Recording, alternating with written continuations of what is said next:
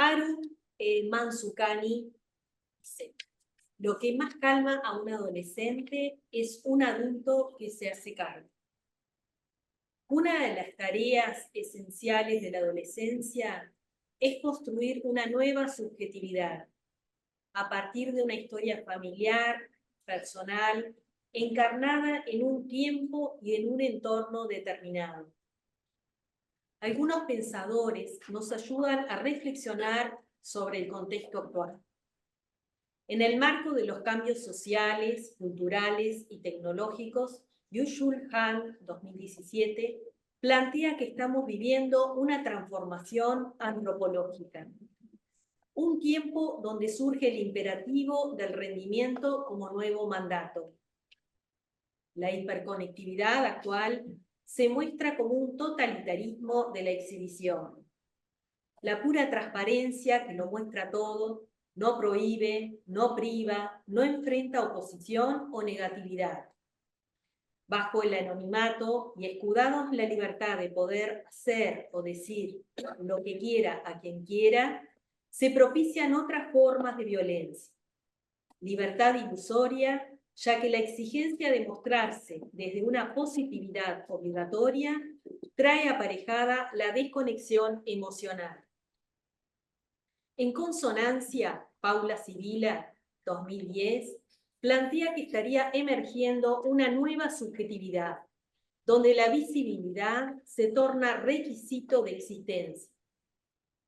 Refiere concretamente a la presencia del fenómeno de la extimidad, una intimidad que se exhibe, junto con el surgimiento de un sujeto distinto, donde la premisa es hacer del yo un show, un espectáculo visible. El vértigo civilizatorio, descrito por Viñar, 2010, se potencia por un clima de inestabilidad mundial, derivado, entre otros, por las consecuencias del COVID. Pensábamos que las pandemias por mortandad eran temas superados en nuestro siglo, así como las guerras a gran escala con el fantasma de la destrucción atómica. Nos enfrentamos a la aparición de cambios en las condiciones del trabajo, acelerados y acentuados por la pandemia y agudizados aún más por el desarrollo vertiginoso de la inteligencia artificial. Los aspectos positivos de facilitación de nuestra vida coexisten con una inseguridad mayor, falta de legislación definida, tanto laboral como de estas herramientas sensibles. Al decir de Bauman, 2010, el conflicto ya no se juega en las arenas entre lo permitido y lo prohibido, sino entre lo posible y lo imposible. Todos estamos atravesados por este contexto. La aceleración exigida por la época actual recae sobre los padres, que a su vez demandan respuestas rápidas y efectivas. Nos preguntamos, ¿cómo incide esto en la construcción de las subjetividades adolescentes? Para alcanzar la independencia, el adolescente necesita un adulto suficientemente maduro que le habilite un tiempo de dependencia. Si abdica de su responsabilidad en lugar de referente, le tornará más difícil al joven hacer uso de su propia inmadurez. Winnicott, 1982. Frecuentemente escuchamos a los padres de nuestros pacientes o aún a pacientes adultos quejarse de la dificultad de sus hijos para asumir conductas independientes, sin proporcionarles muchas veces herramientas que sirvan a este proceso de autonomía, o sin tomar conciencia de su propia ambivalencia frente al crecimiento de sus hijos. Una madre que, si bien se muestra preocupada por la excesiva permanencia de su hijo en su cuarto, teme y cuestiona que salga a lugares que él elige. ¿Tendrá que ver con la dificultad de los adultos de sentirse valiosos y seguros para ejercer su rol?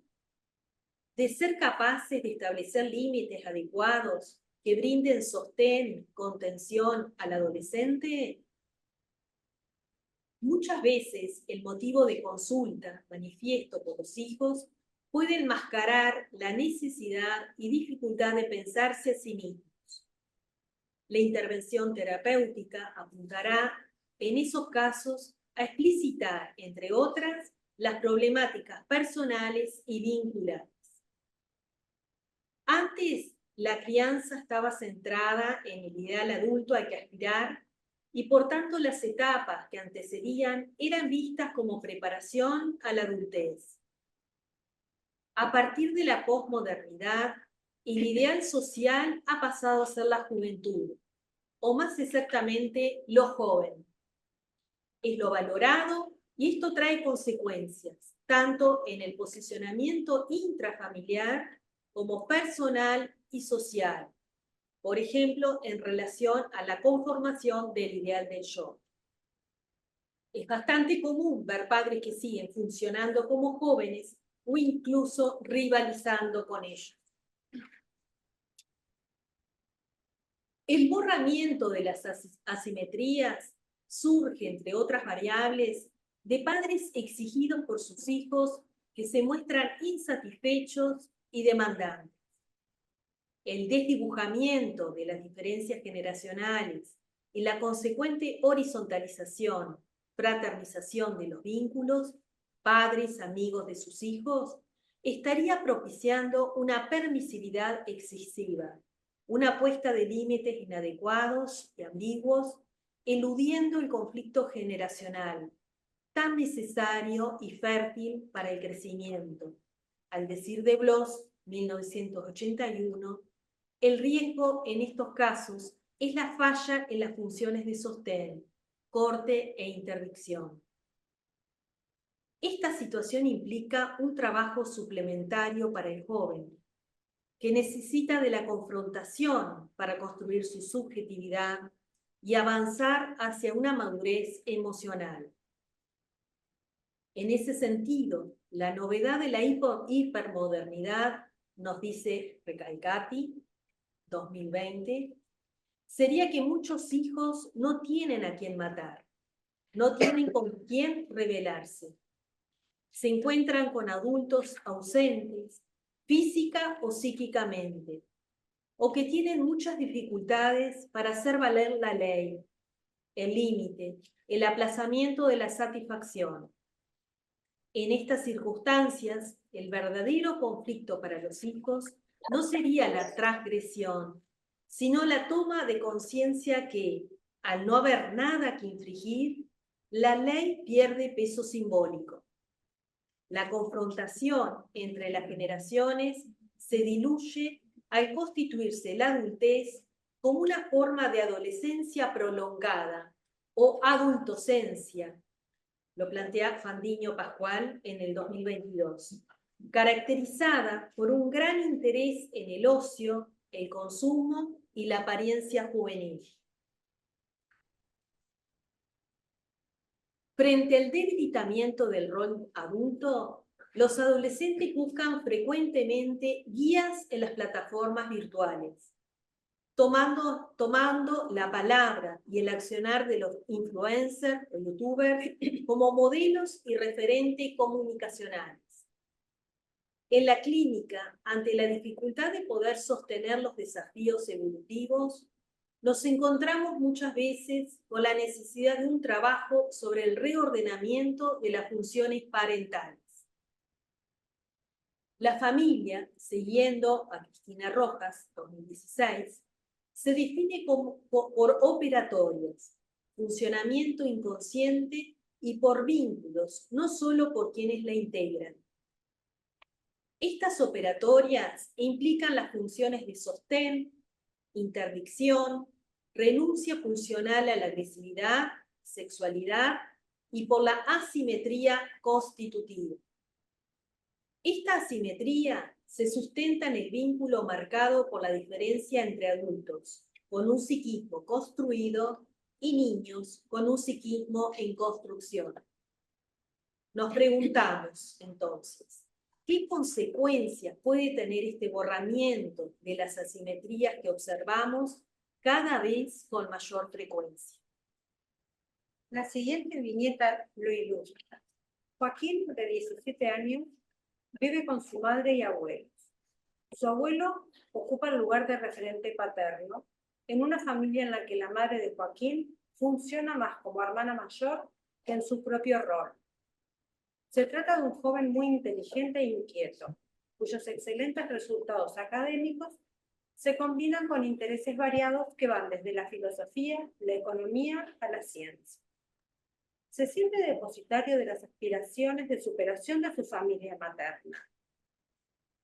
Mi familia me ha hecho sentir como el rey del mundo, no por superior, sino por capacidad. Esta idealización constituye a su vez una exigencia que ha llegado a pesarle mucho, desinteresándose por momentos de sus estudios y dejándose ganar por el temor a no ser aceptado, a no rendir con las mujeres. Las exigencias de ambas partes complejizan el tránsito por esta etapa y la firma de un nuevo contrato narcisista, tan necesario para el adolescente y sus referentes primarios. Sería esperable que Joaquín pudiera cuestionar este lugar asignado y todo aquello que le fue depositado y proyectado al nacer. De la posibilidad de este novel contrato derivarán nuevos posicionamientos subjetivos de todos los integrantes del núcleo familiar.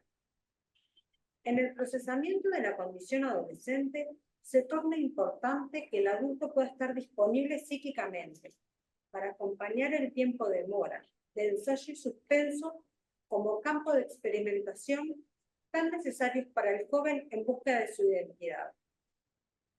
No olvidemos que la falta de confirmación narcisista, junto con la necesidad de pertenencia y afiliación a grupos de pares, empuja al adolescente a una frenética cacería identitaria, vinculatoria y exploratoria. Caos. Algunos jóvenes, incapaces de libidinizar esta búsqueda, temerosos de enfrentar un eventual rechazo de sus pares o lo novedoso que trae esta etapa, se refugian en una incómoda endogamia, a veces avalada por los adultos y su deseo de tenerlos cerca o bajo control. Los intentos de salida pueden enmascararse en un clima de desgano, apatía e inquietud. En la adolescencia, el hijo se presenta e impone real y distinto, generando sentimientos de extrañeza, opacidad y ajenidad. Esto demandará un trabajo psíquico que dé lugar y sentido a la otredad, teniendo presente lo angustioso y frustrante que puede representar este proceso para los padres. Estos sentimientos también son experimentados por los hijos.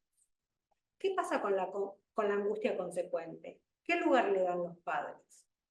Muchas veces vemos como la expresión de esta angustia se manifiesta a través de la tristeza, enojo, frustración, ante la cual los padres demandan soluciones rápidas, tips y recetas o medicación. Buscan y a veces exigen sostén e intervención institucional, por ejemplo en el ámbito educativo, por no poder entender, acompañar y tolerar el sufrimiento que conlleva este tránsito adolescente. Estas situaciones frecuentemente motivan la consulta psicológica. Allí se apuntará a dar sentido y acogida a esta demanda, no dejándolos a la deriva del Oscar o los avatares de la moda del momento. Esto nos lleva a pensar en los adultos, atravesados por sus propios desbordes y sus dificultades para sostener a los adolescentes, necesitando ellos también un espacio de contención. Ejemplo. No puede ser que llegue a mi casa luego de trabajar horas, cansada, y que encuentre a mi hija llorando. La incertidumbre ante el crecimiento de los hijos se superpone con la incertidumbre del contexto. Una madre con antecedentes de depresión en su juventud consulta por el estado anímico de su hija, Cam, de 16 años. Presenta desgano, escasa motivación y pérdida de pertenencia del grupo de pares. Luego de varios meses de tratamiento, la madre se comunica con la terapeuta manifestándose preocupada por las escasas actividades sociales de su hija, que prefiere estar en su casa. Se le plantea a Cami las preocupaciones de su madre. Con angustia y fastidio contesta que ésta no la deja en paz, que quiere estar tranquila y no puede. Es su madre quien debe comprarse una vida. La terapeuta le transmite que quizás la ve triste y eso le genera preocupación y no sabe cómo ayudarla. Cami contesta angustiada: triste estamos todos, refiriéndose a sus pares. Para algunos adolescentes, las consecuencias posibles post-pandemia se tradujeron en un repliegue que evidencia regresiones narcisistas, como intento de refugio frente a lo desconocido, novedoso de la afuera, exiliados de lo vital. Apartándose así de las oportunidades de inserción social, se posicionan de manera defensiva o pseudo-adaptativa, sin la esperanza de un otro que los rescate de esta alienación. Otros se exponen mediante salidas salvajes en las redes sociales, espacios muchas veces impunes que permiten la liberación de pulsiones agresivas y autodestructivas. Y otros tantos salen desenfrenados, casi en una bulimia social al contacto con sus pares.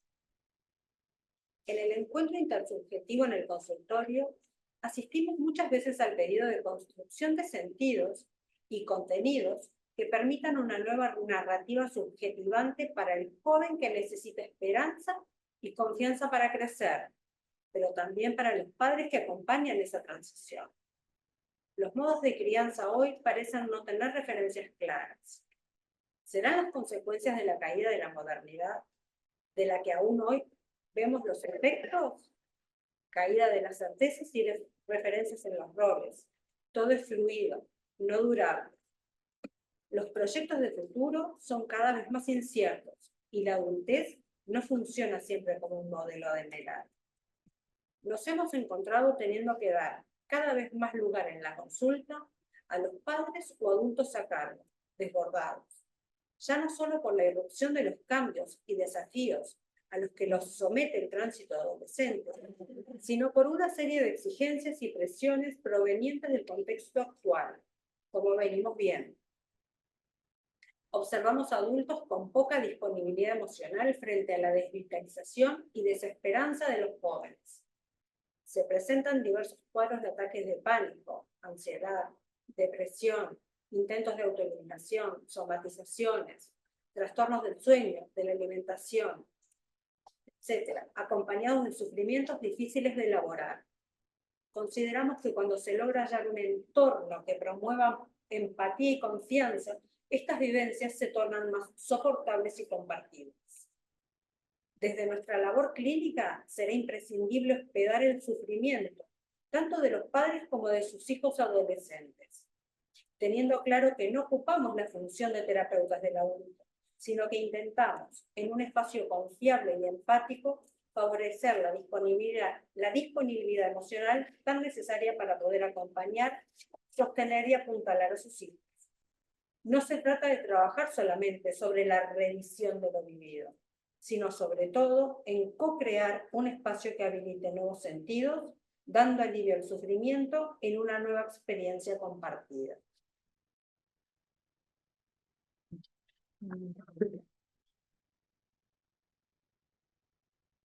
Bueno, luego de haber dado lectura al trabajo que compartimos con ustedes, la idea es poder intercambiar qué fueron pensando a medida que lo escucharon, si surgen preguntas, se asocian con situaciones que se presentan en el ámbito de la clínica, pero también en el ámbito educativo o de otras inserciones que tengan. Y bueno, un poquito es esa la idea del día de hoy.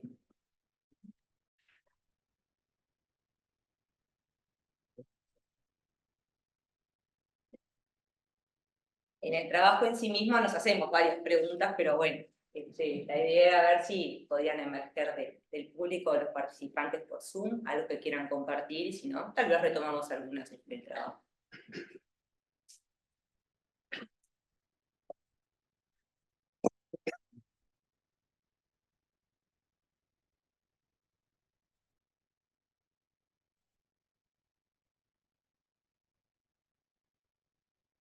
Pero será el frío que estamos todos muy...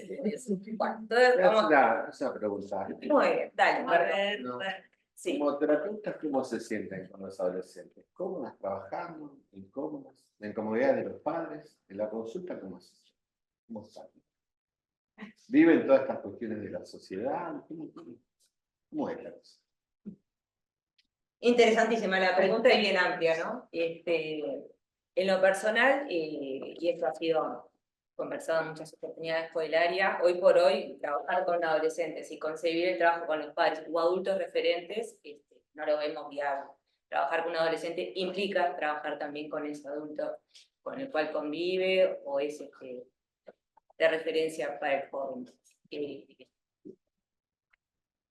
es lo que, pensando en tu pregunta y en otra que manejamos en el área, ¿no? ¿Qué es lo que lleva también a que un adolescente, siendo nosotros terapeutas y obviamente adultos, busque ese espacio de escucha, de acompañamiento, de atención?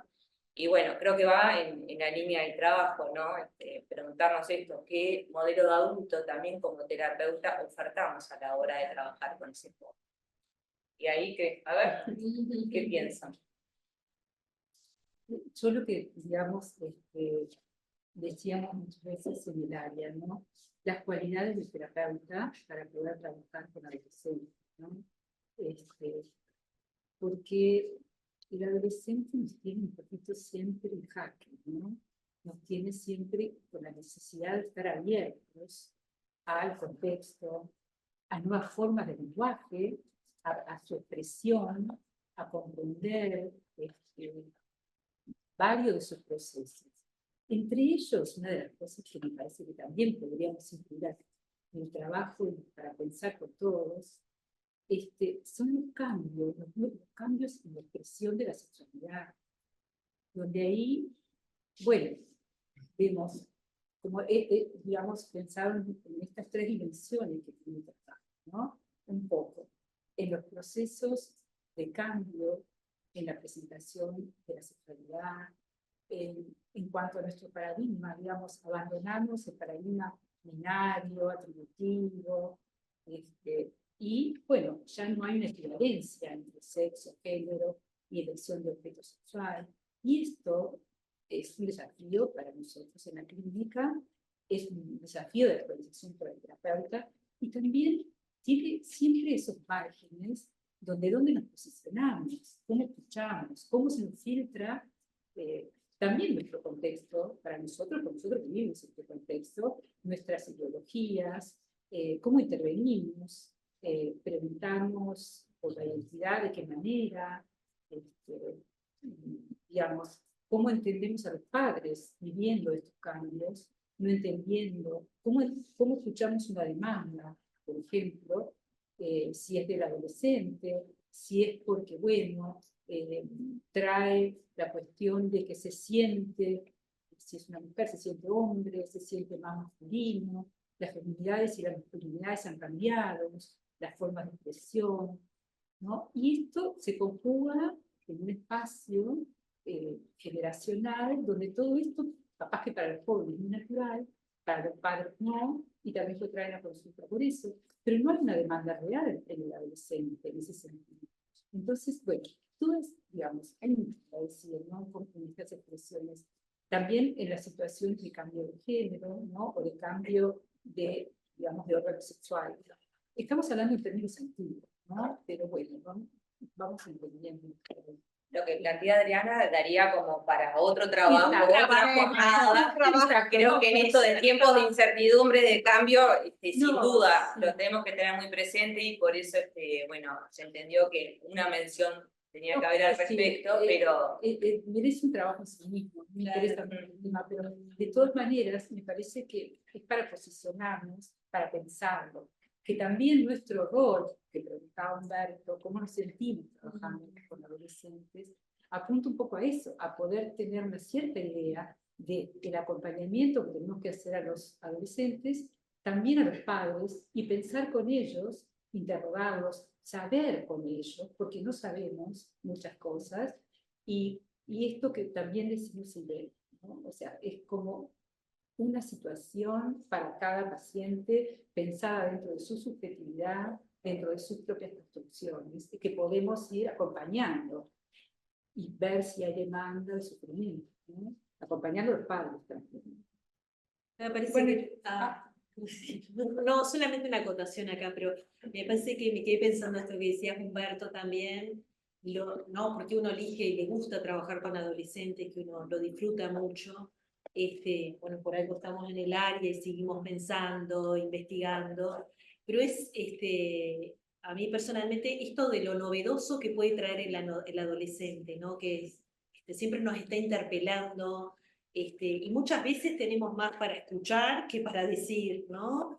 Y eso me parece que transmite mucha la vida también, y bueno, a mí por lo menos a nivel personal me convoca mucho eso, y bueno, ir teniendo en cuenta cada caso en particular, los tiempos del paciente, del adolescente, teniendo en cuenta a los padres, pero me parece esto de lo novedoso, qué tiene para decir, ¿no? Y qué tengo yo para escuchar, y con una mirada, una escucha abierta, sensible, bueno, eso es lo que más me... Pero siempre de un lugar adulto. Claro, Y eso creo que es claro, clave. ahí está, desde la simetría, ¿no? Esto que siempre estamos hablando, ¿no?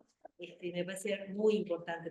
Bueno, eso me parece por algo los pacientes siguen con nosotros, ¿no? En la terapia, porque bueno, quizás también por ahí se le ofrece un lugar diferente, desde una simetría también, pero bueno, un tiempo de mora que hablábamos también, de escucha, y bueno, respetando cada singularidad también, ¿no? Y estar un poco abiertos a la creatividad, ¿no? Porque hay que, digo, son chicos en donde la palabra de repente, o sea, pueden hablar, pero de repente uno está sometido a mucho silencio, ¿no? Y bueno, y ahí ver, respetando su espacio, sus tiempos, pero también tratando de introducir algo como para mover, ¿no? Digo, entonces uno siempre tiene que estar pensando a ver por dónde va, qué le gusta, qué hace.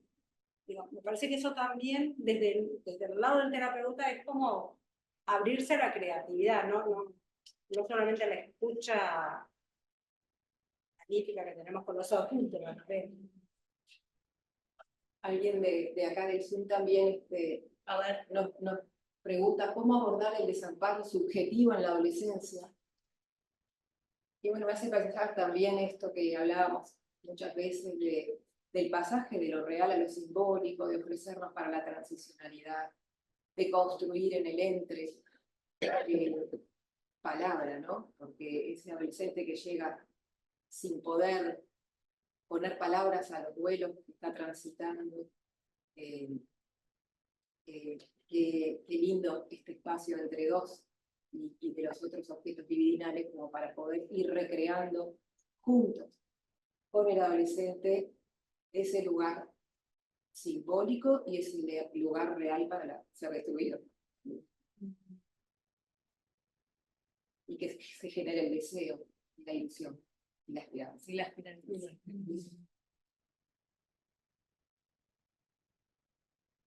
Sí, ¿qué pasa?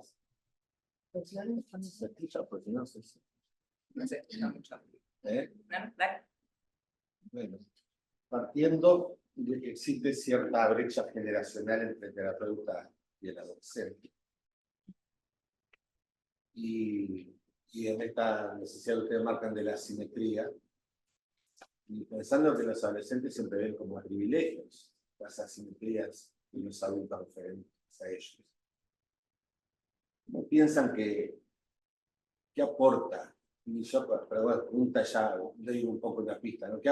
¿Cuánto aporta al cambio en el adolescente la relación de trabajo?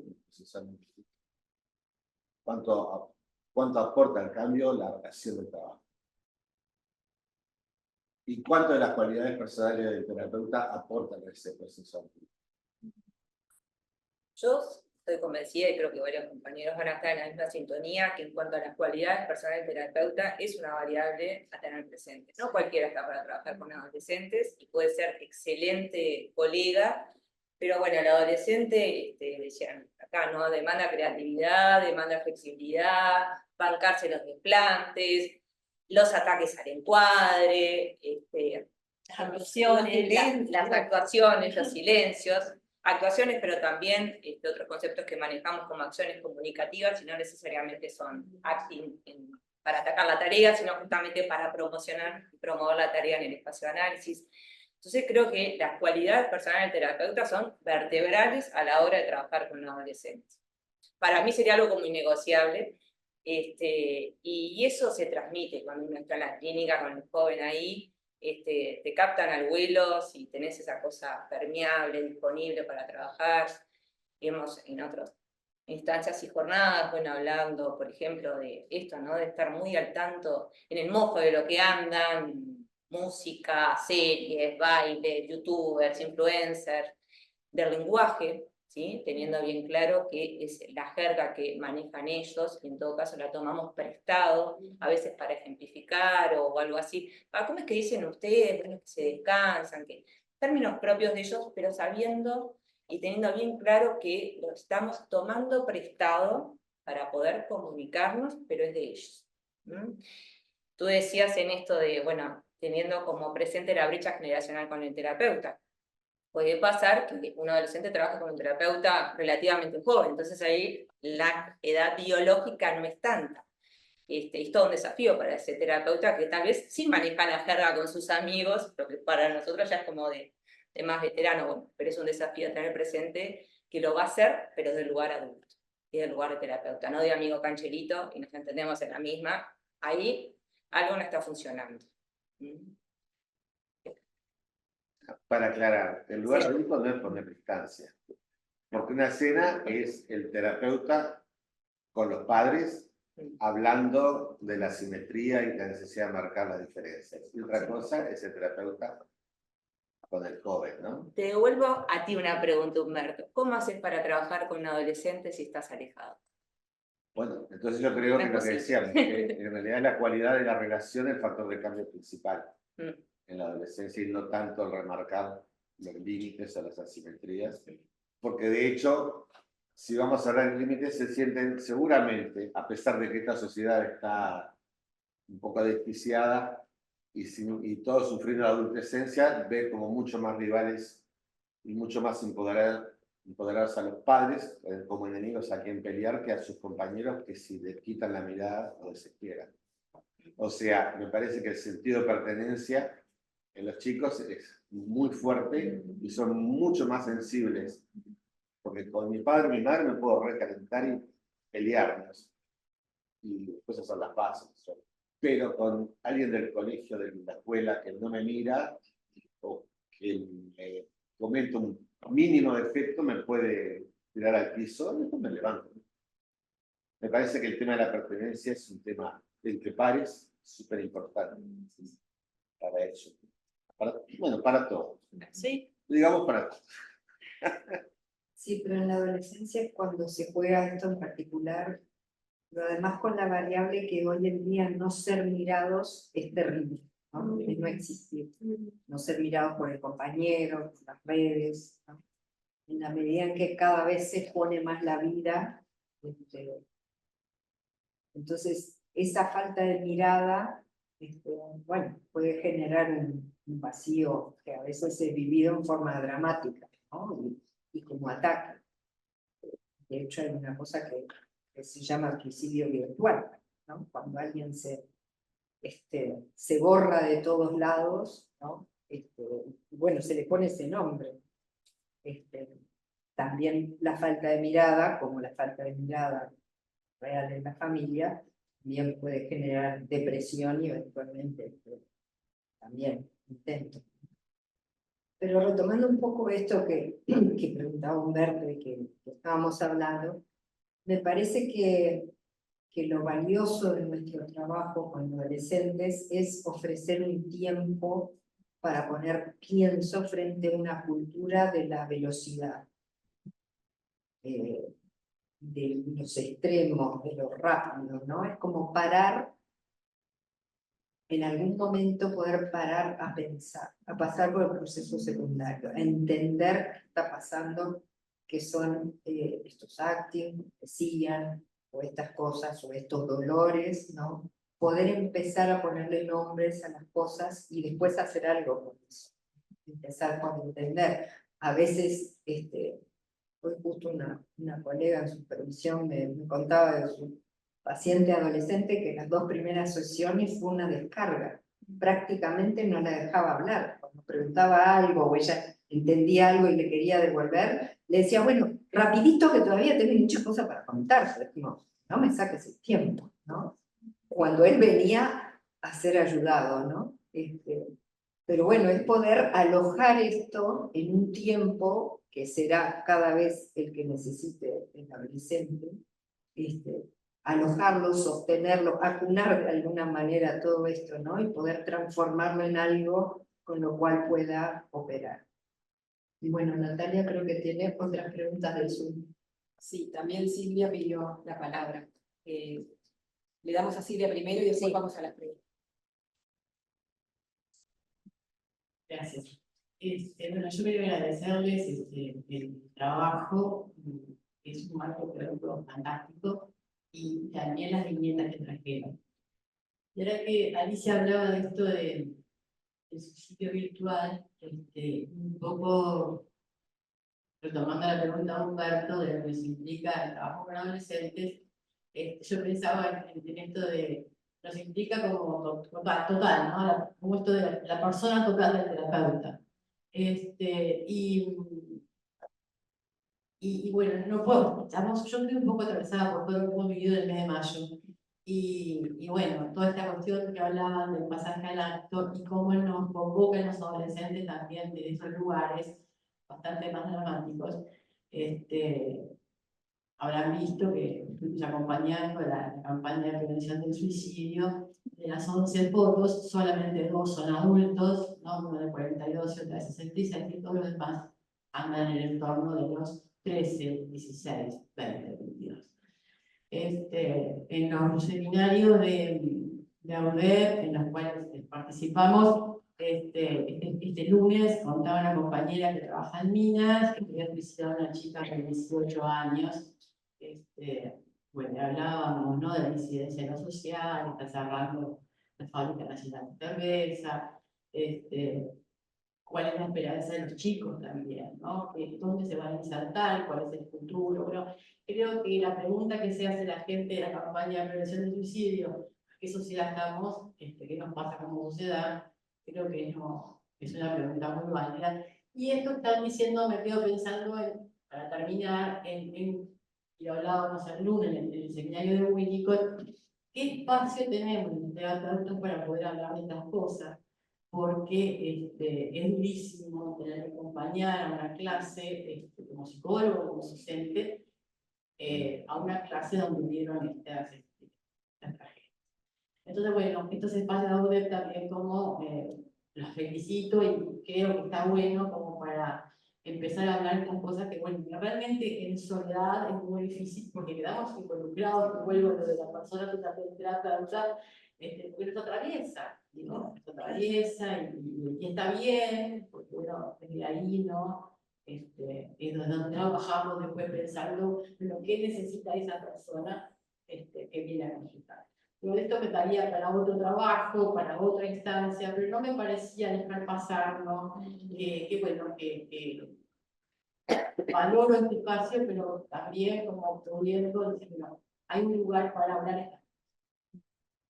Gracias. Y esto que tú también decís, ¿no, Silvia? Porque en realidad nosotros estamos atravesados por ese mismo contexto, como vos planteabas, por las resonancias como terapeutas que tiene para nosotros esa realidad, ¿no? Y recibir también al adolescente en plena, digamos, subjetivación, desubjetivación, comprensión, a veces de fenómenos que junto con ellos podemos ir viendo cómo caló en cada adolescente en esa construcción, qué entorno tiene, la respuesta, la resonancia de los padres. O sea, es un trabajo bien complejo, de filigrana, digamos, ¿no? El poder acompañarlos también compartiendo nosotros muchos los sentidos de los contextos actuales, ¿no? O sea, es un trabajo muy creativo y en constante pienso, ¿no? Interrogándonos e interrogando para entender qué resonancia tienen ellos, entender sus manifestaciones, la necesidad de, bueno, de todo ya, bueno, que está marcado por un contexto, y a su vez este futuro que no se dibuja tan claro, entonces también nos devuelve a un lugar tal vez más imperioso, ¿no? De configurar, investir en ahora. Bueno, digamos, es bien complejo y de constante pensamiento, hipótesis a reformular y construcción con él, ¿no? Yo quiero hacer una acotación, pero que por eso me parece importante la posibilidad que acá en AUDET tengamos el área, ¿no?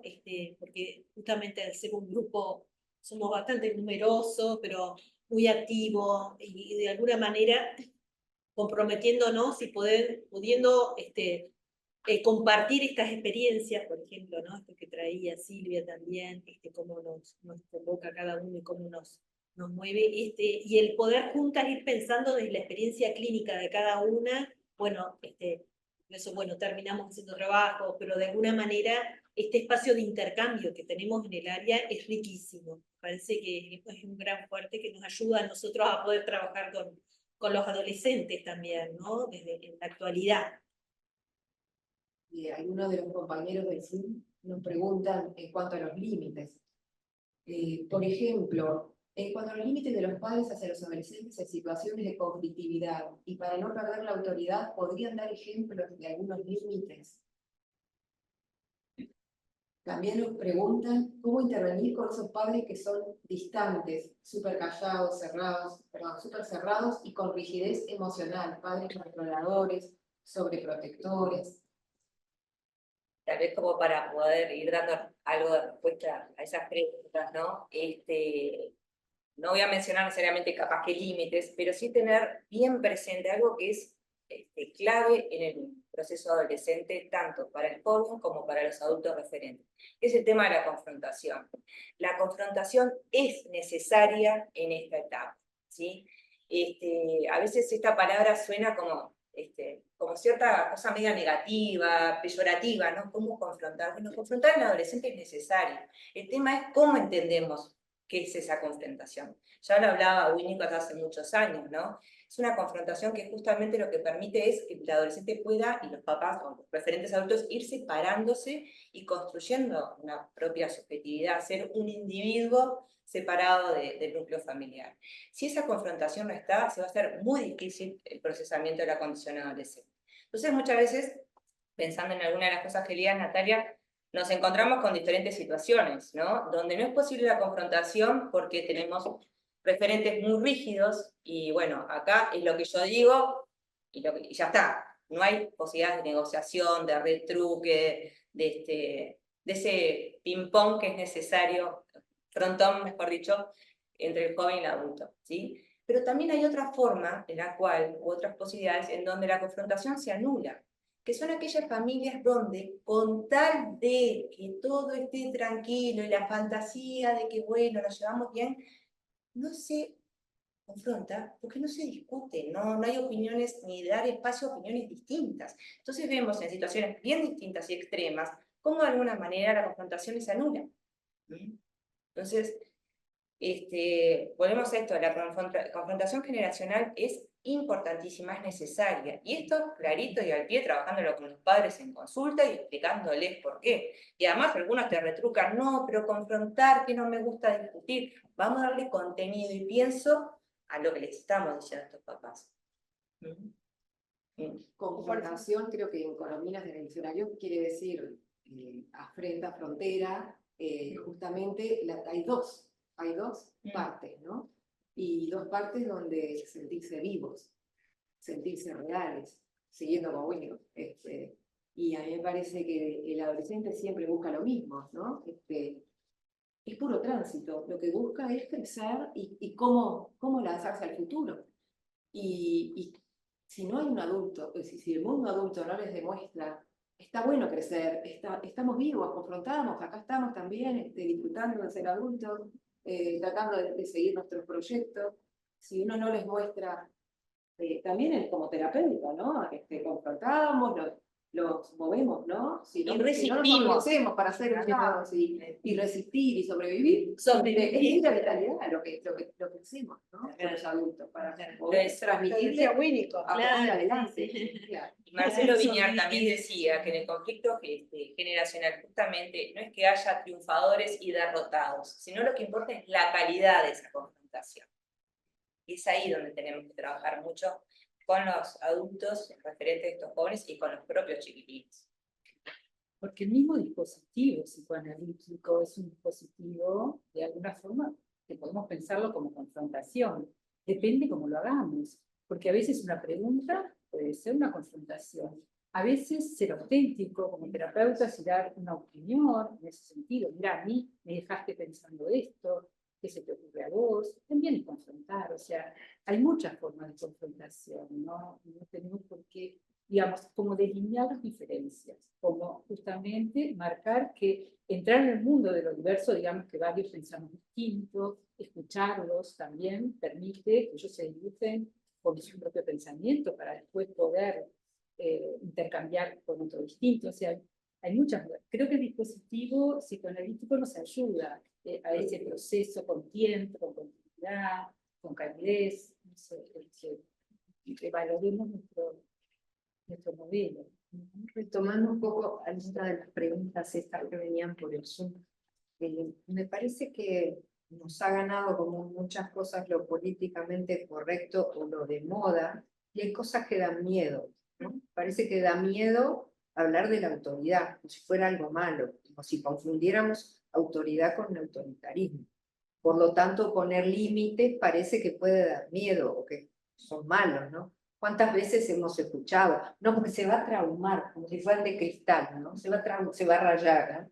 Se va a traumar porque si le pongo límites, esos que nos ponen límites después llegan a explotar, ¿no? Como el ejemplo ese, ¿no? No puede ser que venga de trabajar todo el día y la encuentro llorando, no, y eso dicho en el colegio, ¿no? A ver, arreglame este asunto, yo esto no lo puedo bancar, para eso trabajo todo el día, ¿no? Y para eso pago la cuota y se los dejo para que me lo devuelvan, no pueden pedir bañado y peinado, pero más o menos, ¿no?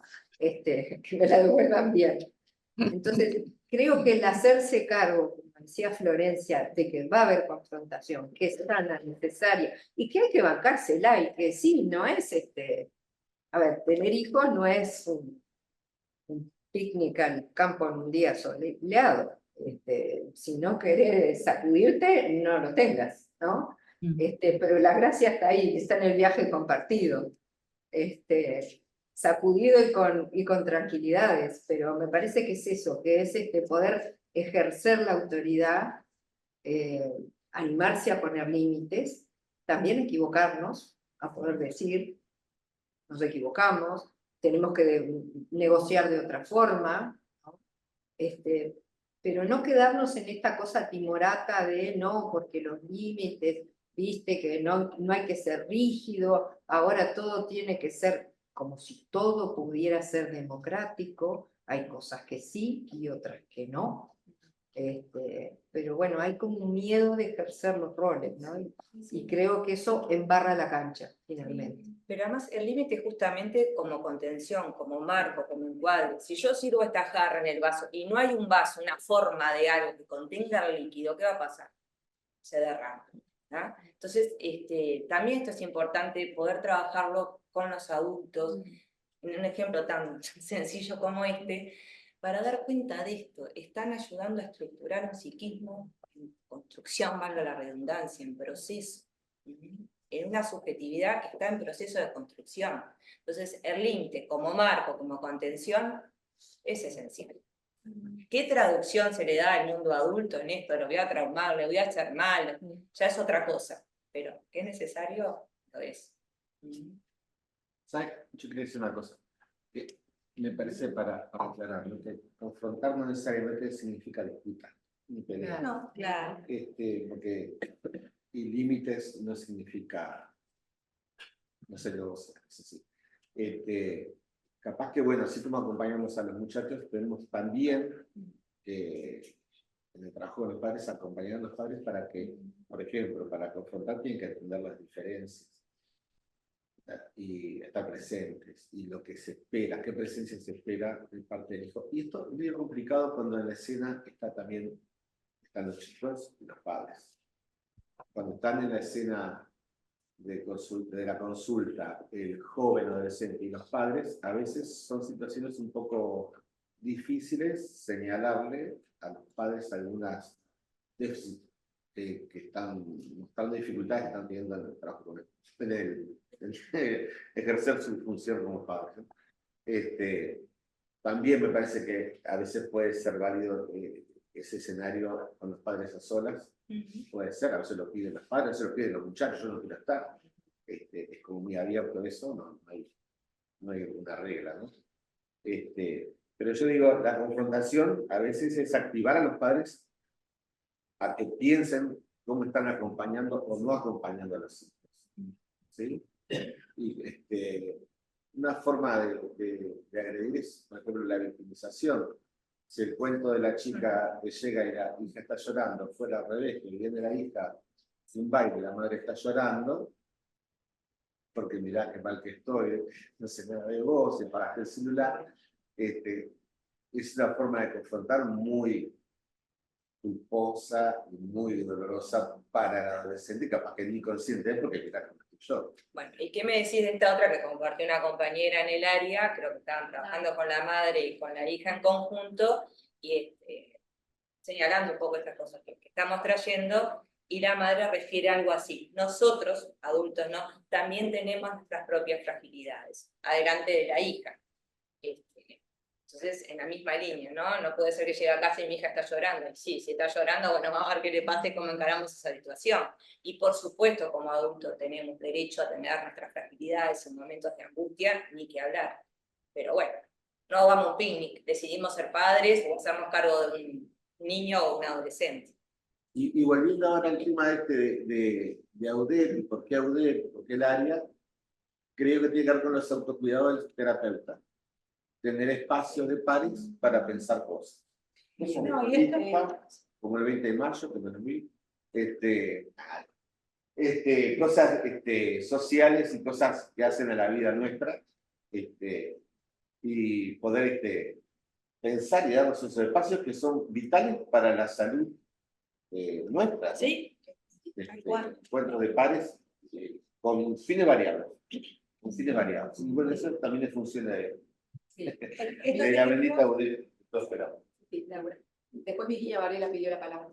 Ah, bueno, Bueno, a ver, dejamos a Virginia después. Laura. Sí. no, agradecerles mucho la presentación. Y bueno, me quedaba pensando mucho en el énfasis que ustedes ponen en el, en el necesario acompañamiento a los adultos para que sean esos referentes que de verdad están a cargo, ¿no? Que es lo que calma al adolescente. Ustedes hablaban de una frase que no me acuerdo de quién es, con la que abren la presentación de hoy, diciendo que lo que más calma a un adolescente es un adulto que se haga cargo. Entonces yo trataba de un poco como recordar esa frase, porque ustedes van, me parece que a lo largo de toda la presentación van haciendo un uso del recorrido que han hecho, de los autores que han leído, bueno, han traído mucho a Winnicott, en donde nos van dando como el contenido, ¿no? De quién es ese adulto que se hace cargo, ¿no? En un contexto como el de hoy, en donde, bueno, la velocidad impera, este exceso de positividad, ustedes traen a Byung-Chul Han, ¿no? Como que hay muy poco espacio para para alojar el malestar, para alojar el sufrimiento, el lado B de la vida, me dice un paciente a mí.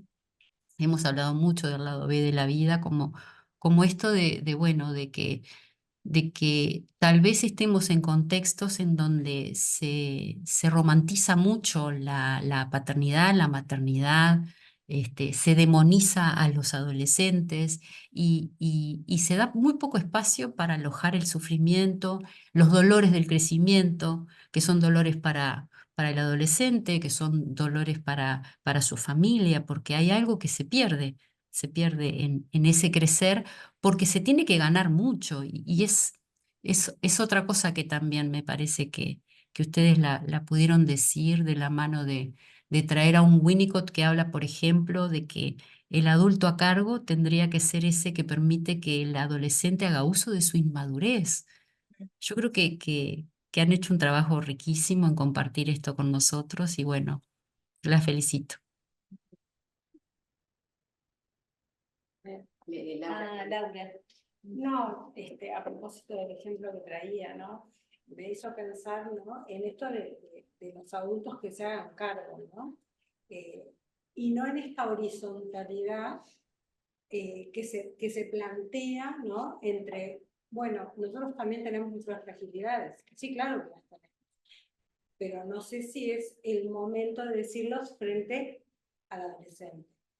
Creo que hay espacios para cada cosa, ¿no? Entonces, como ahí se empieza a desdibujar de nuevo el rol adulto. Pero eso también da cuenta, por eso en el público apareció el tema de desamparada, bueno, todas estas cosas. Me parece que todo esto da cuenta de que más allá de eso, hay que dar un lugar al adulto, porque es trabajar con el adolescente, dar un espacio para también que puedan construir con sus hijos sus certezas, pensar con alguien más, en un mundo que los pone en jaque realmente, ¿no? Entonces, a mí me parece que, digamos, lo importante y el énfasis es poder construir un poco un espacio en conjunto. No es que el paciente sea el adulto, ¿no? Pero si no se apuntara a ese adulto, si no se piensa con él en muchas situaciones, el trabajo con los adolescentes, digamos, y todos los desafíos que tienen ellos por delante, bueno, no creo que pueda depender del todo, ¿no? Entonces, sin, digamos, viciar el espacio del adolescente que necesita que sea bastante confidencial, privado, ¿no? Lógicamente, el adulto hoy en día cada vez más necesita contar con un interlocutor para pensar algunas cosas, ¿no? Yo, por ejemplo, en nivel educativo, en las instituciones, muchas veces plantean, no, vienen los padres con planteos que no son, que desbordan lo que nosotros podemos devolver en espacio de contención. Bueno, pero ¿por qué llegan? ¿Por qué pasan estas cosas? Me parece que, bueno, tener esa posibilidad. A mí me gustaría, Natalia, que tú contaras de la investigación que se hizo de lo que transmiten de que los adolescentes entienden que los adultos referentes les transmiten, porque era muy rico. Bueno, cómo no. Estamos con ganas de investigar de nuevo, por suerte nos dejan en el equipo cada tanto investigar en el colegio. Es un colegio privado, clases más bien medias, pero ya por el año 2014 se nos ocurrió investigar qué relación tenía el alumno que lograba un aprendizaje con su relación con cómo veían ellos el mundo adulto. Entonces les hacíamos dibujar y además preguntábamos en un cuestionario sobre los hábitos, ¿no?, que tenían. Venimos a ver que había una correspondencia entre los jóvenes que les iba bien curricularmente y la visión que ellos tenían del mundo adulto, porque dibujaban una sonrisa.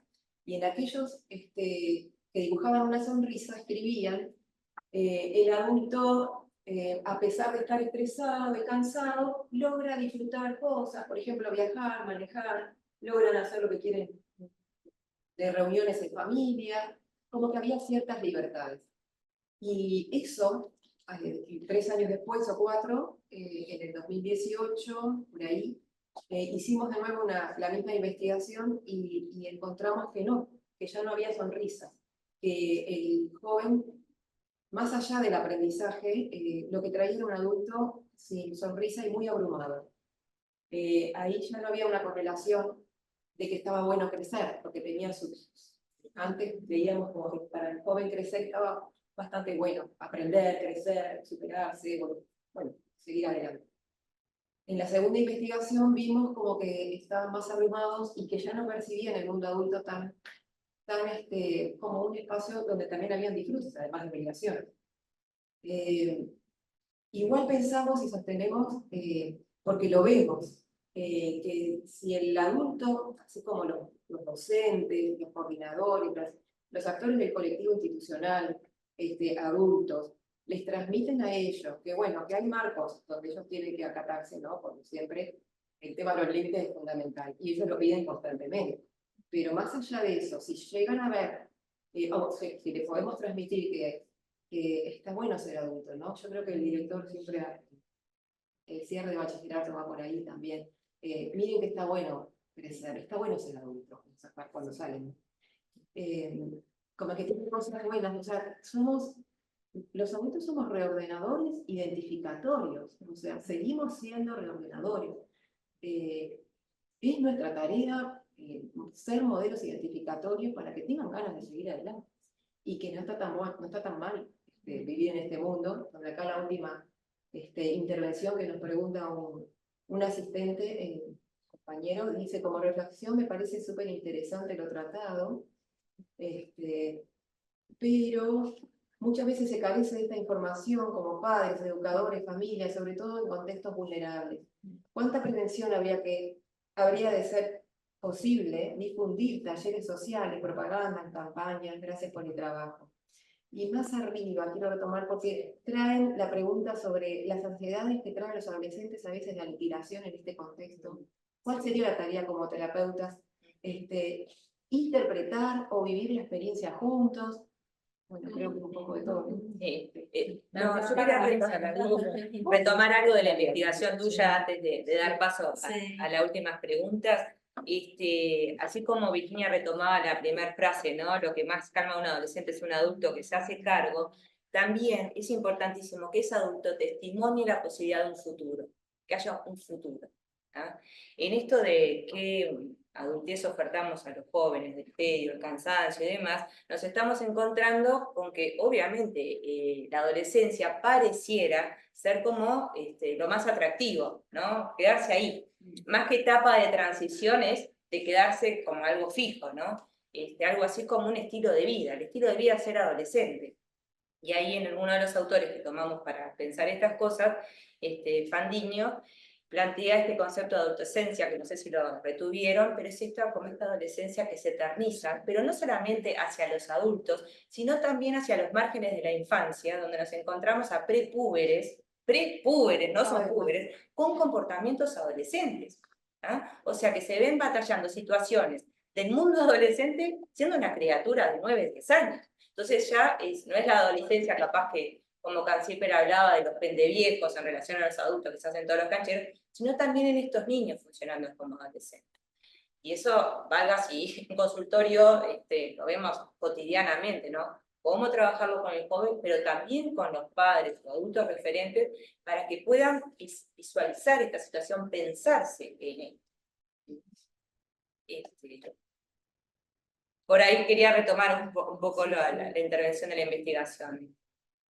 Sí, porque pasamos lo que dice Fandiño es genial, ¿no? Pasamos del modelo familiar al modelo juvenil que ofrecen la tecnología, eterna juventud, ¿no? Donde es el modelo reordenador justamente la eterna juventud, ¿no? En esto de que para seguir siendo referente que seas joven. Pero ¿cómo los empretamos? ¿Cómo nos empretamos desde el lugar de adulto muy ¿no? A los adolescentes? Porque le estamos demandando que crezcan, que maduren, que sean responsables, bla, bla, bla, pero en realidad al mismo momento le estamos diciendo, como adolescente no hay nada. Entonces es muy incoherente, muy contradictorio. Me contó que la madre vino por el enterito de la hija. Bueno, sí. De otra situación que madre e hija, que la madre físicamente se encontraba, desde el punto de vista estético, ¿sí? A un modelo supuestamente más estilizado y más, y iban a una entrevista con la terapeuta, y la terapeuta se confunde, porque las ve de atrás, algo así, no me acuerdo exactamente el ejemplo, y quién era la madre, pensó que era la paciente, ella que era la adolescente. Disculpen porque estaba tratando de... Porque, exactamente, tenía el enterito de su hija que en otras consultas había traído. Es como una escena bastante siniestra, sí. ¿no? Porque ¿dónde está el orden? ¿Dónde está la diferencia generacional? Entonces, esa escena para mí está muy gráfica, ¿no? Lo que pasa es que ahí es el adulto que subvierte el orden, ¿no? Queriendo apropiarse del espacio adolescente, pero con las prerrogativas del adulto. Entonces, ahí sí, ¿contra quién confronta? ¿Cómo? ¿no? Bueno, por eso hablábamos de que quedan huérfanos, Sí. los adolescentes quedan huérfanos de Y referentes desamparados. y desamparados. Bien. Pero también, por otro lado, lo que decía Adriana hoy de acerca de los adultos, porque sostener y cuidar esto de los adultos, porque los adultos hoy en día también están con falta de referentes, ¿no? Con tantos cambios, Tienen miedo. ¿no? Claro, con mucho miedo también, sobre todo con el tema de las tecnologías que quedan muy por fuera, ¿no? También de lo que se está jugando dentro, ¿no? De la casa, el adolescente metido en la computadora, en la tecnología, y quedan por fuera totalmente, ¿no? Es como un desfondamiento, por momentos cuando llega el adolescente es como que pasó por varias, tal vez, situaciones en las que no fue contenido, no fue amparado, ¿no? Y si bien estamos hablando de un contexto determinado, ¿verdad? Porque realmente hay que hacer un reporte y decir, otras son las actuaciones, ¿verdad? En un contexto más crítico.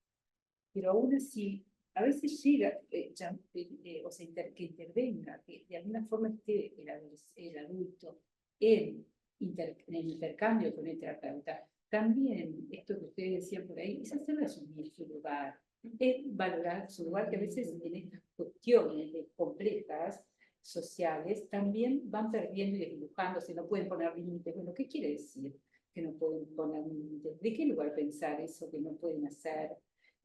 Bueno, como una falta de valoración, a ver, ¿cómo entenderlo? Y es revalorizarlo, es darles un lugar, es darles una responsabilidad, es devolverlo a su rol, ¿no? O sea, hay muchas cosas por hacer. Lo que no tienen que quedar, me parece, es, digamos, no hay una resolución, pienso, en general, nunca se puede generalizar, en esto es a medida, pero hay muchos de los conflictos en situaciones que si apuntalamos a tiempo, incluyendo al adulto, me parece que podemos reparar un poquito, reconstruir muchas cosas.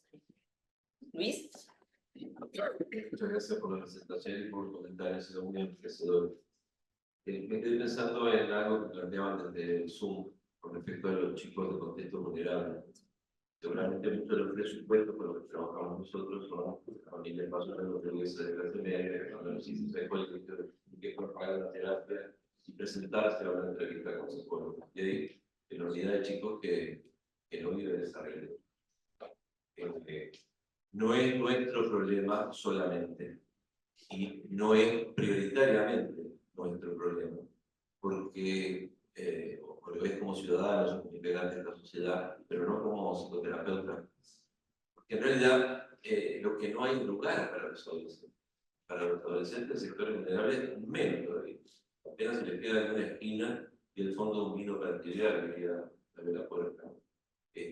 Porque ¿qué dispositivos tenemos como sociedad para los adolescentes?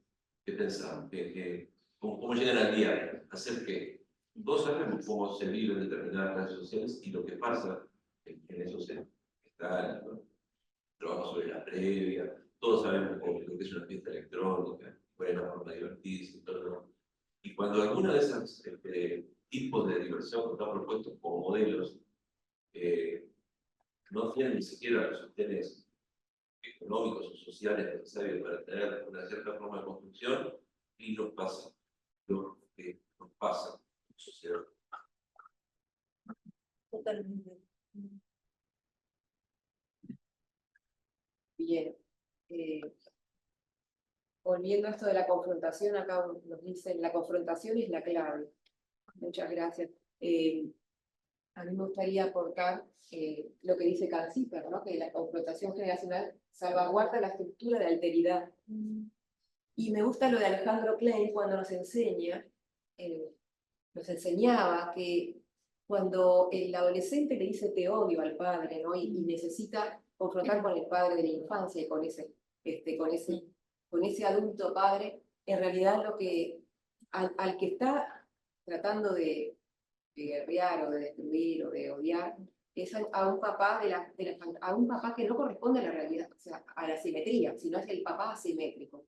Porque si si los padres quedan en la simetría, ahí surge lo ominoso del asesinato, ¿no? Lo ominoso se hace real. Bueno, sí, y creo que tomando esto de la confrontación, ¿no?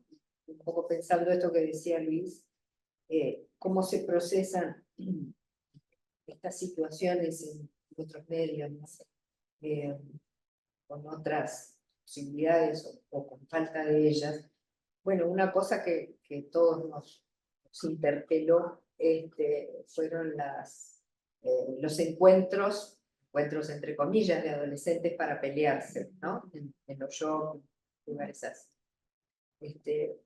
Ahí también, ¿no? Como una búsqueda de confrontación entre ellos, pero anunciada a la autoridad, visible. Es casi como, les avisamos que nos vamos a pelear, a ver qué hacen. ¿No? Ahí está, visibilizar. Tan visible que además lo pongo en redes, ¿no? Lo hago visible de todas formas posibles. Y a ver qué hacen con esto, ¿no? Y creo que eso es el desafío. ¿Qué hacemos los adolescentes? Pero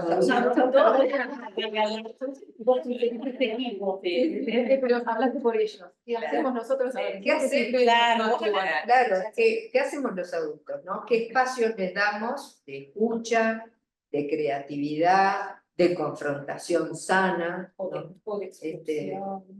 O de expulsión, de marginación?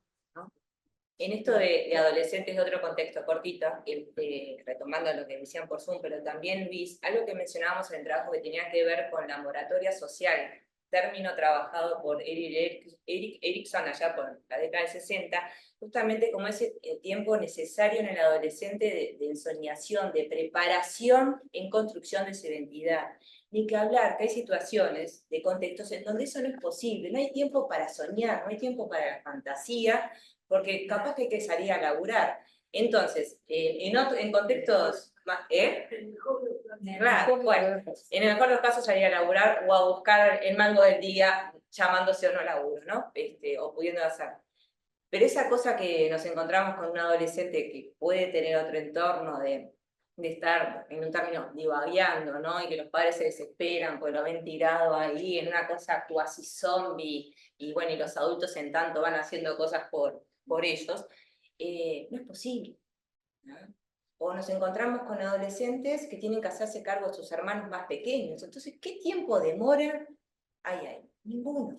Muchas veces se sustituye por el consumo, ¿no? O sea, esos huecos, esos vacíos complejizan mucho más esto, ¿no? La ausencia de adultos referentes también. Un participante, Carlos, ¿querías intervenir? Sí, con permiso. Buenas noches. Adelante.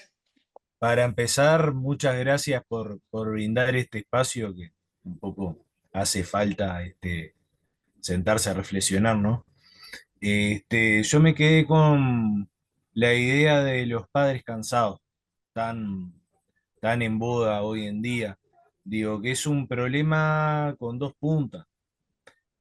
Por un lado, digo, un padre cansado, imposible que ponga el hombro a esa confrontación generacional tan necesaria. Y por otro lado, es una imagen horrible que le da al adolescente de lo que va a ser la adultez en un futuro. Y de repente ese adolescente que ve esos padres grises, cansados, detonados del laburo y de las cuentas y la madre en coche, dice, no, minga voy a crecer. Entonces ahí está como fomentando inconscientemente que se queden como en un síndrome de Peter Pan los gurises. Digo, que no quieran independizarse. No sé, me había quedado eso y quería compartir. Bueno, muchas gracias. Sí, por eso. Está muy bien acordar la anécdota de 15 de un adolescente que tenía arriba 15 y todavía no entiendo el chiste. como preguntándose cuál es el chiste de cumplir 15, ¿no? Que es lo que era pensar.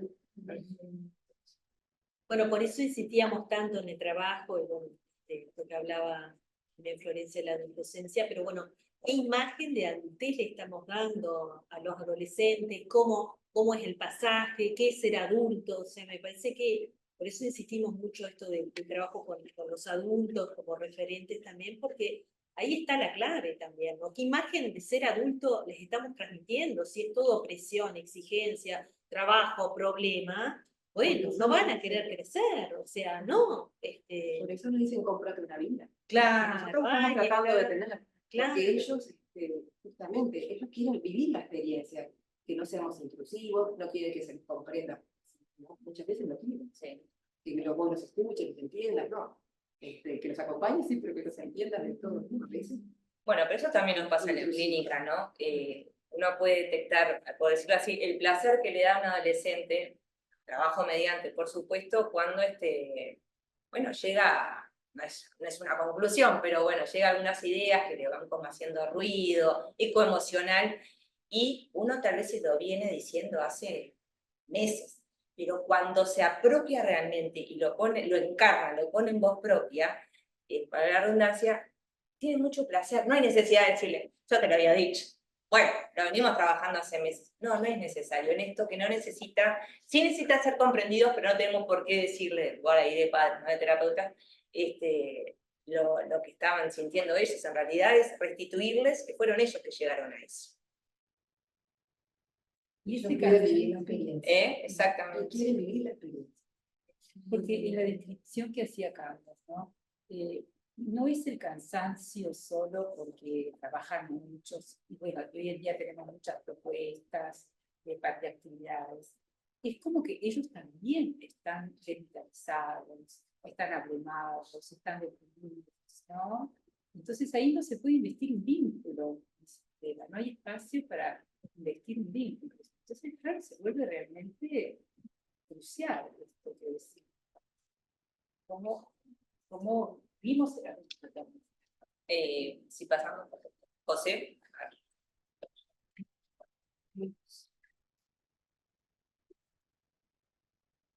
No, yo, quizás para agregar un poquito de esto de trabajo como binomio de padres y adolescentes, me parece que es inviable justamente por esto, porque a veces hay que ayornar a los padres a ser padres o ayudar a los padres a poner estos límites o a entender que la confrontación no es mala en sí mismo. Se me venía un ejemplo de esta semana que llevo un paciente adolescente de 13 años y viene al consultorio, lo primero que me dice, para, lo que te quiero contar es que esta semana discutimos con mi madre, la típica imagen adolescente, ¿no? Estaba frente a la cena, él con el celular en la cama, la madre lo llamó una vez, dos veces, tres veces, la tercera vez me saca el celular y es como que, ¿qué? Bueno, pero pará, me llamaste para él fueron 5 minutos, para la madre fueron media hora, nunca sabremos el real del tiempo, pero más allá de eso, que ya lo había traído en otro ejemplo, que dice, y al otro día, mi madre me dijo, bueno, hablamos, nos sentamos a hablar, y bueno, y esto tiene que ver con lo que vos venís trabajando, porque ya había sucedido que lo habíamos visto en conjunto, madre e hijo, Sí. fue necesario que viniera la madre sola, por eso un poco que hoy decían de cuidar a los padres frente a los hijos, a veces de determinadas cosas que, bueno, capaz está bueno cambiar, mejorar y no hacerlo de frente. Y a mí me llamó la atención esa rapidez de él de decir, bueno, esto de lo que venimos hablando, y lo pudimos hacer, porque en otras ocasiones hubiéramos estado gritando 3 días, mi madre no me devolvía el celular por 3 días, y ahora cuando ella me pidió de hablar, yo accedí, como dándose cuenta que los dos también habían hecho ningún cambio. Y sin duda, en toda la película, la madre era quizás la más reactiva a bajar la pelota, no era como, yo soy tu madre y te dije que tenías que venir, no viniste, pero sin celular no funcionó.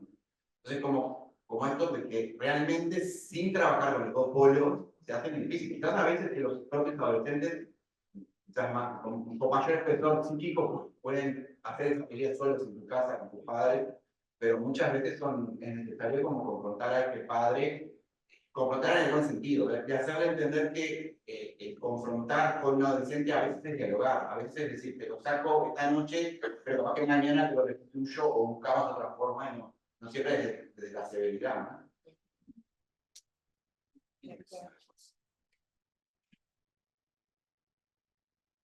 Voy a aprovechar para decir una cosa respecto a las poblaciones vulnerables de adolescentes. Nosotros en el área, cuando estábamos repasando el trabajo, vimos que había un sesgo poblacional en cuanto a cómo describíamos los padres que están muy presentes, que fallan en las funciones, pero que están muy presentes y muy preocupados, y que es un escenario, un paisaje totalmente distinto a las poblaciones socioeconómicas vulnerables de nuestro país. Hay algunos puntos en contacto, sí, seguramente, pero yo pensaba, bueno, la población, claro, es una clínica del desamparo, la clínica del adolescente vulnerable, también, con todos los medios económicos a disposición, a ver si puede haber un poco de desamparo, no pasa solo porque lo que hay lo que no hay, pero y después, ahora que estaba hablando José, que pensé así, lo conecté con la clínica de desamparo y lo conecté con el tema de los hogares monoparentales, donde la jefa de hogar son mujeres, que ni que hablar que las poblaciones no vulnerables es el 99%, pero bueno, también hoy por hoy quien se hace cargo de la convivencia con los hijos adolescentes cuando se separan son las mujeres. Entonces, me parece que merece poder pensar esto también en clave de hogar monoparental con madre jefa de familia, y como una variable a incluir cuando uno trabaja con adolescentes, porque es interesante, más allá de la situación socioeconómica.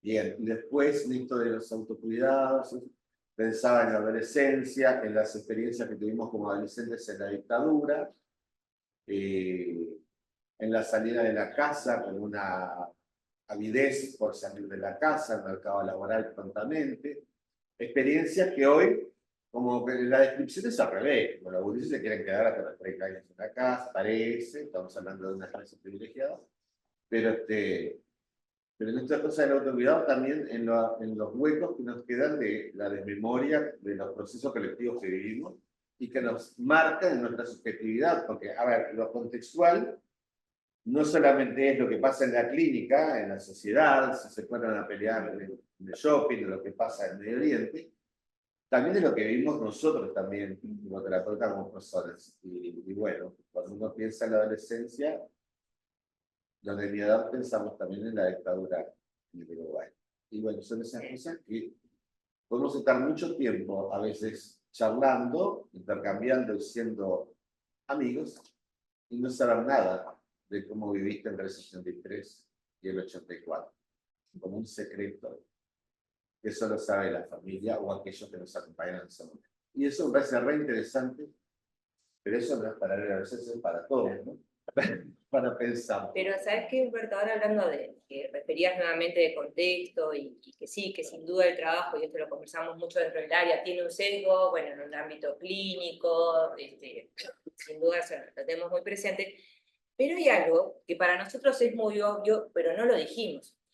Nosotros no hablamos de el adolescente como algo general, hablamos de las adolescencias. De hecho, el área se llama área de adolescencia. La pluralidad justamente viene por esto, ¿no? Porque son adolescentes que se van construyendo en el entrecruce de variables sociales, culturales, históricas, económicas.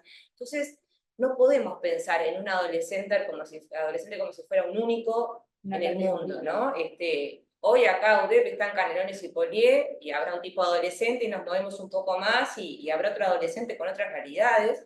Y es así, entonces, no perder justamente de vista esto de los textos y contextos de cada uno de estos adolescentes. ¿Ah? La adolescencia como caja de resonancia del orden de lo social.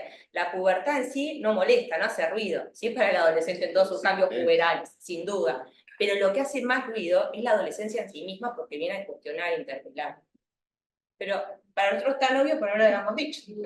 Tal cual. Es cierto.